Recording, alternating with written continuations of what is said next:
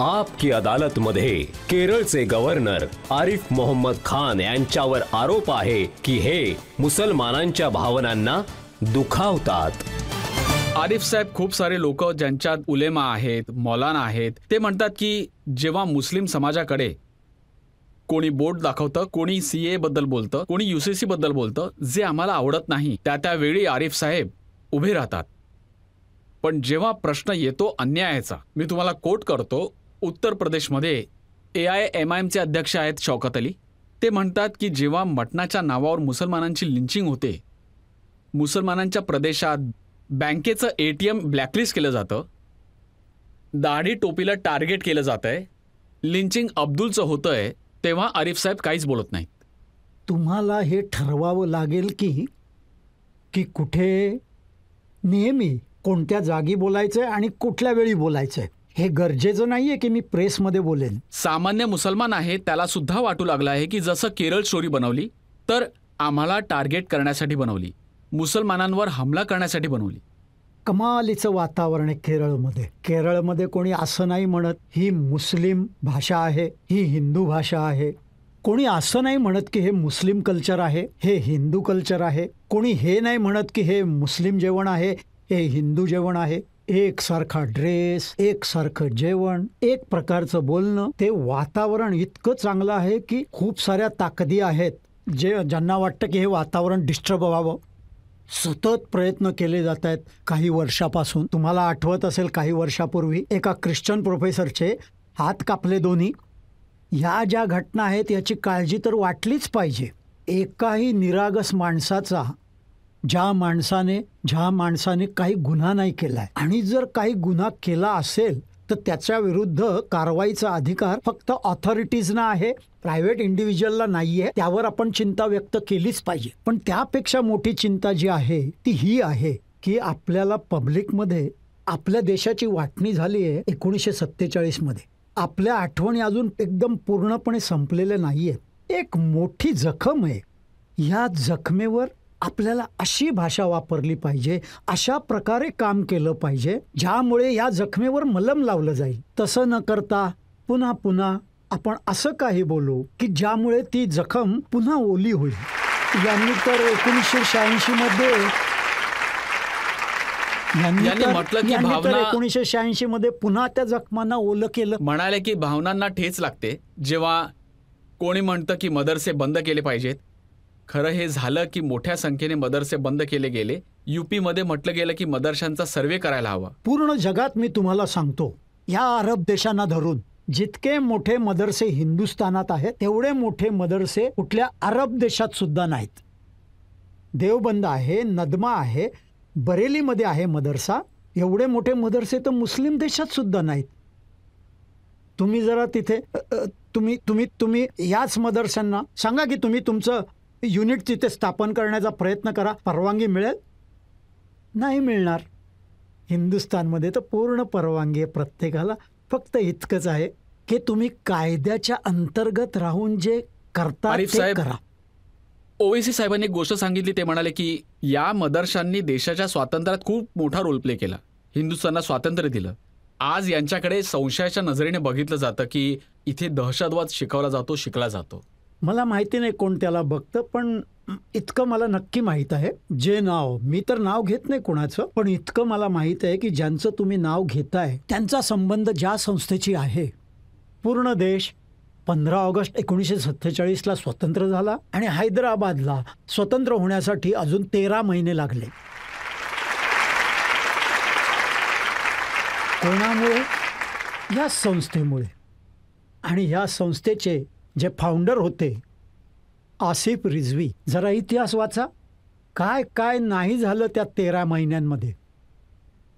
खरं तर लोकांनी एवढ्या प्रमाणात लिहून ठेवलं आहे की जेव्हा पोलिसांची कारवाई झाली ऑक्टोबरमध्ये तेव्हा त्यात अनेक प्रकरणे रिपोर्ट केली गेली, कारवाईत काही अन्याय झाले, तेव्हा त्याच्या जस्टिफिकेशनमध्ये कोणाचा असा युक्तिवाद आला की साहेब हे आमच्या सैन्याचे लोक किंवा पोलीस लोक जे हैदराबादच्या बाहेर पडलेले सरकारच्या आदेशाची वाट पाहत होते, ते 13 महिने अशा बातम्या वाचत होते की कशा प्रकारे महिलांवर बलात्कार झाले, कसे निष्पाप लोकांचे प्राण गेले आणि त्यांच्या मनात एक राग निर्माण होत राहिला 13 महिने.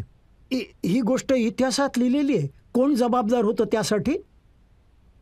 आज ते आम्हाला स्वातंत्र्याचा धडा शिकवत आहेत, ज्यांच्यामुळे हैदराबादचं स्वातंत्र्य 13 महिन्यापर्यंत मिळालं नाही. आजकाल आणखी एका संशयाची खूप चर्चा होत आहे, ते आहे लव्ह जिहाद. त्या दृष्टीने कायदा झालाय 1-2 राज्यांमध्ये. आता लोक म्हणतात की जर मुलगा मुलगी एकमेकांवर प्रेम करतायत तर या गोष्टीने काय फरक पडतो, की ते कोणत्या मी तर धर्माचे आहेत? तुमच्याशी एकदम पूर्णपणे सहमत आहे. हे मनाच्या बाबतीत कोणाशी कशावर आस्था आहे याने काही फरक पडत नाही, बिलकुल नाही. पण एक समस्या आहे, पण एक समस्या आहे. जिहाद या शब्दाचा अर्थ, हा शब्दच जर तुम्ही कुराणानुसार त्याची व्याख्या बघितली तर जिहाद फक्त तेव्हाच करता येईल जेव्हा तुम्हाला तुमच्या श्रद्धेमुळे तुमच्यावर अत्याचार केला तेव्हा सुद्धा करू शकत नाही.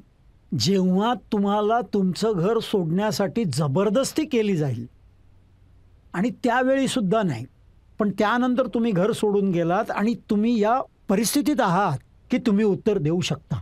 त्यासाठी कुराण म्हणतं, उझिना लिल्लवीना युकातलूना बी अन्नहुम झुलीन. ज्यांच्यावर अन्याय केलेला आहे त्यांना लढायची परवानगी आहे. पण जर का तुम्ही आंदोलन कराल ज्यात निरागसांना मारलं जाईल आणि त्याला जिहादचं नाव द्याल. काश्मीरमध्ये घरातून निघणारे कोण होते? भाई, कोणावर जबरदस्ती करण्यात आली घरातून निघण्यासाठी? पंडितांना. त्यांचा हक्क आहे. खरं म्हणजे उभं राहायला पाहिजे होतं लोकांनी. यापैकी जितकी नावं तुम्ही सांगितली त्यापैकी कोणी उभं राहिलं का?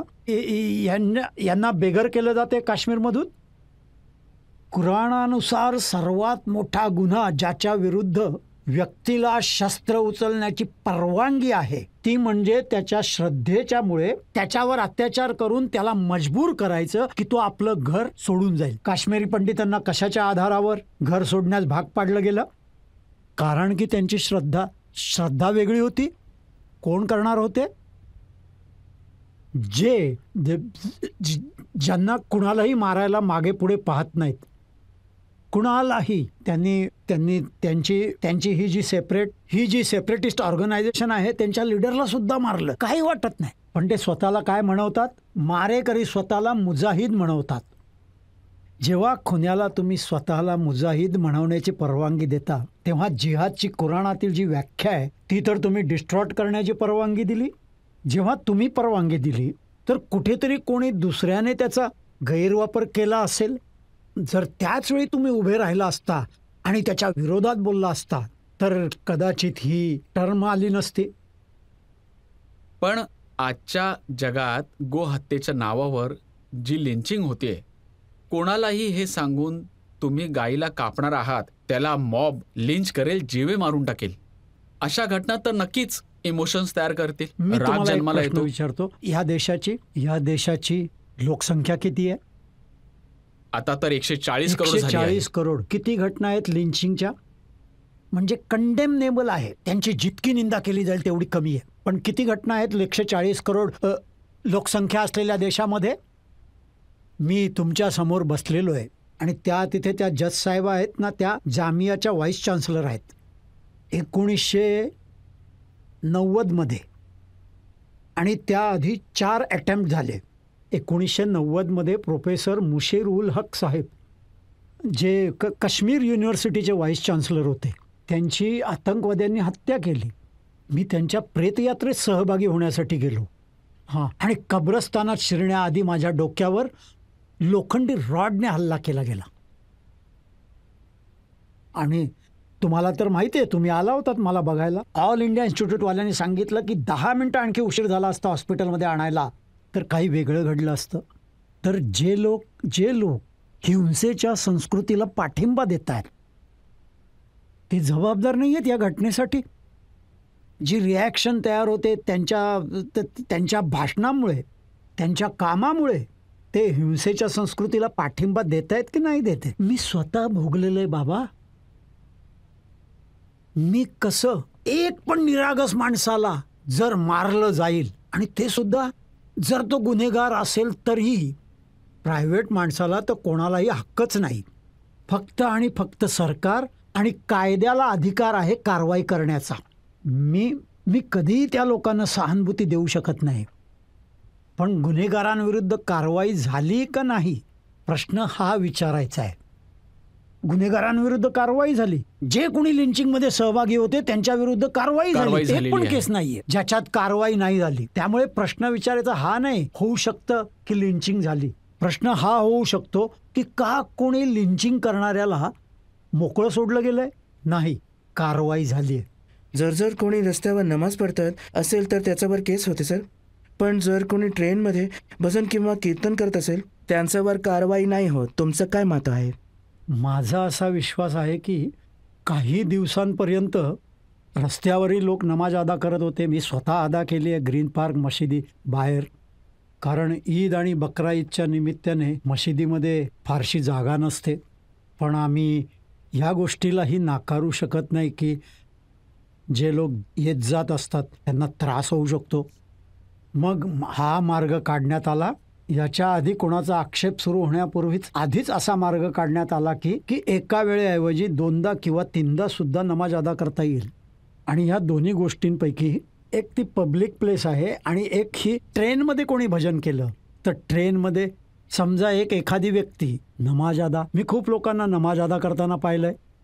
मी तर हे पाहिलंय ट्रेनमध्ये जे लोक नमाज अदा करत असतात तेव्हा जे इतर गैरमुस्लिम लोक असतात आपली जागा रिकामी करून देतात.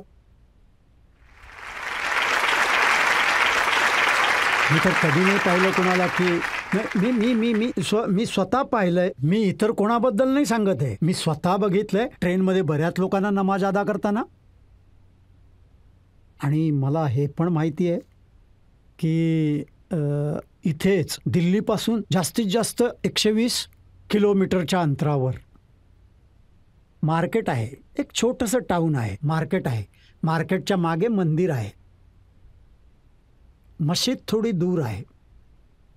आय नो 100% कारण त्या गावात माझे नातेवाईक राहतात की तिथे जी मुसलमानांची दुकानं आहेत ते मागच्या दरवाजाने मंदिरात जातात आणि मंदिराचा एक कोपरा पुजाऱ्याने साफ करून ठेवला आहे.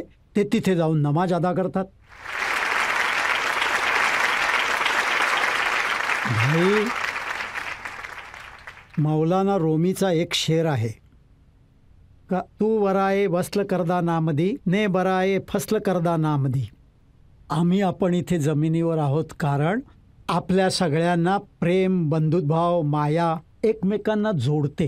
हे बघा, आपण ह्यासाठी नाही आलो या जगामध्ये की आपण आपलं आयुष्य सुद्धा खराब करू आणि दुसऱ्यांचं आयुष्य सुद्धा अडचणीत टाकू.